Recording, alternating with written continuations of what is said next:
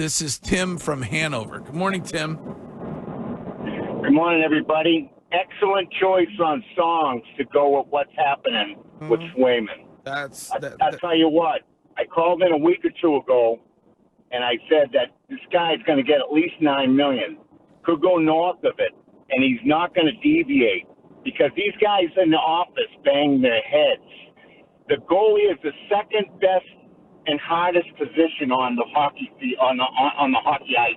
Mm-hmm. The number one guy is the guy that got to put the puck in the net. Oh, I thought you were going to say Zamboni. The second guy is the goal.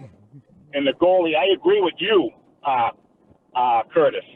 He's going to get that money or they're going to lose him. He's going to take that ticket and fly away. Yep. That's what's going to happen. And you're going to see the goalies that they have now ain't going to cut the mustard because I'll tell you what, these guys without a goalie, they're going to not even get close to being in the playoffs. Okay, so if you were Cam Neely, what would you pay Jeremy Swayman? What's your max?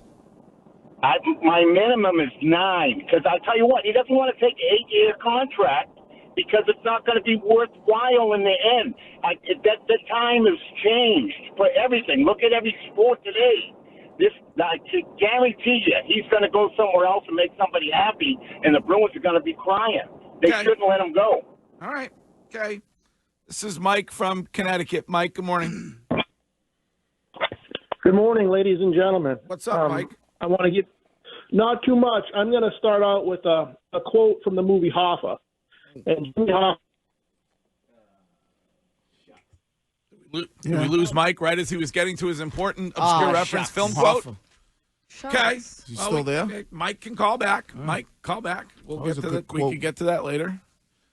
Reasonably good film, Hoffa. Did you see it, Wiggy? That's who was in that? It's like from a.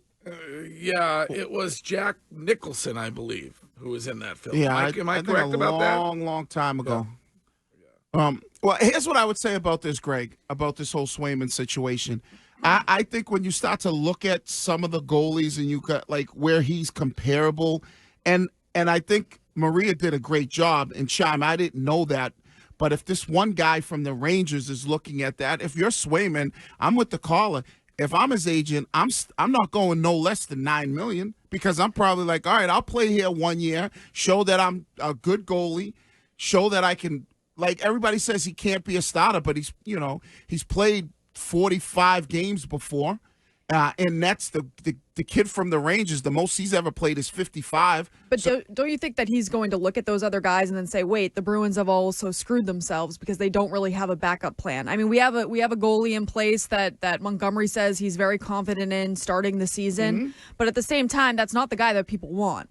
So the Bruins put themselves in this situation. So whatever the market is, if you're Jeremy Swayman, you would be silly not to try to go up a bit because you have them in a perfect spot. Right. Oh, you got all the leverage. But right. I am right. I do agree with what you said, Courtney. Some people are going to look at Swayman like, what are you doing? Like, take the $8 million. $8 million? Really? You're complaining? Right. That's what I already see it in Twitch.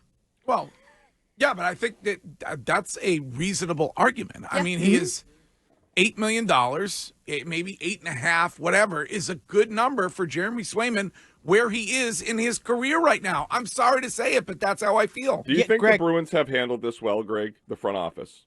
I think they handled it well until the agent, and I believe it was the agent, told Jeremy Swayman that Don Sweeney wasn't getting back to them. I do think they handled it well until that point. Okay, I think that they lowballed him in their initial negotiation after there was the dust-up last year during the very contentious arbitration hearing they had with him. They traded Linus Ullmark. They gave all of the leverage to a guy they knew was disgruntled because of their behavior. And now Cam Neely's sitting here on the precipice of the season.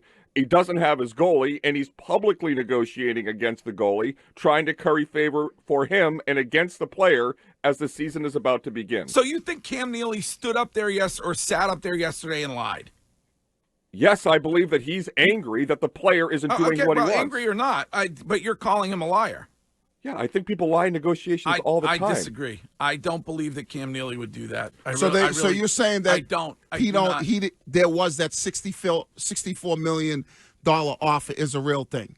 Yes, I agree with you on that. I don't think they'd say a number without it. Yeah. I don't think the Bruins would throw out a number if it wasn't legit. So why would the agent lie for Jeremy Well, I think Swayman? that the agent has had a pretty dicey past.